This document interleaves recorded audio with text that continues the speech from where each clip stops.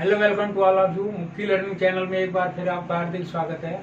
आज के इस सेशन में हम डिस्कस करेंगे important document required for formation of a public limited company.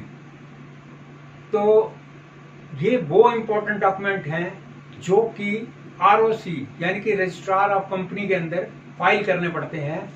सब वो है MOA memorandum of association, AOA article of association और प्रोस्पेक्टस। ये तीनों ही डॉक्यूमेंट्स रजिस्ट्रार ऑफ कंपनीज के फाइल करने पड़ते हैं, तभी जाके कंपनी बनती है। और मोरओवर ये MOA इनके ऊपर शॉर्ट नोट भी एग्जाम में अक्सर आते हैं, अतः इनको हमें अंडरस्टैंड करना बहुत जरूरी है। तो इन तीनों को हम आने वाली वीडियो में 1 बाय 1 करके लेंगे। तो आज सबसे पहले हम ले रहे हैं MOA memorandum of association. MOA is the principal document of the company.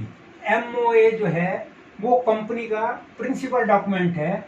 It is considered as the charter of the company. इसको चार्टर ऑफ द कंपनी या विधान भी कहा जाता है, क्योंकि इसके अंदर उसकी जो नियम है वो सारे MOA के अंदर ही लिखे रहते हैं।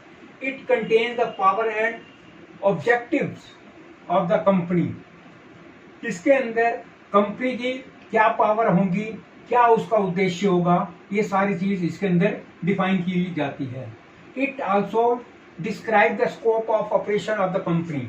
इसके अंदर कंपनी का जो कार्य क्षेत्र है वो डिस्क्राइब किया जाता है, और जो कंपनी जिस स्टेट में बनी है उसका scope of operation with in that state है।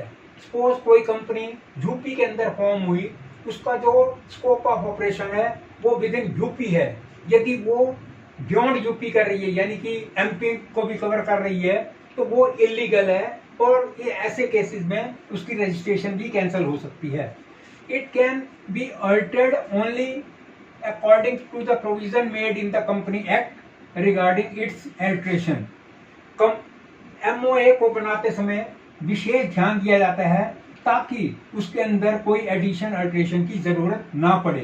यदि फिर भी ऐसी कोई लगता है कि इसके अंदर ये चीज एडिशन अल्टरेशन रिक्वायर्ड है, तो कंपनीज एक्ट के अंदर एडिशन मतलब अल्टरेशन का एक प्रोविजन है, तो उसके अनुसार ही उसके अंदर वो चीज मॉडिफाई की जा सकती है, एडिशन अल्टरेशन किया जा सकता है। लेकिन प्रिकॉशन ये लेनी चाहिए कि ऐसी नेसेसिटी ना आए, क्योंकि एडिशन अल्टरेशन करने का जो प्रोसीजर है ना केवल डिफिकल्ट है बल्कि लेंथी भी है, तो इसलिए प्रिकॉशन रिक्वायर्ड है। नेक्स्ट है कि MOA provides information to outsider such as creditor supplier to know the limitation and scope of a company dealing.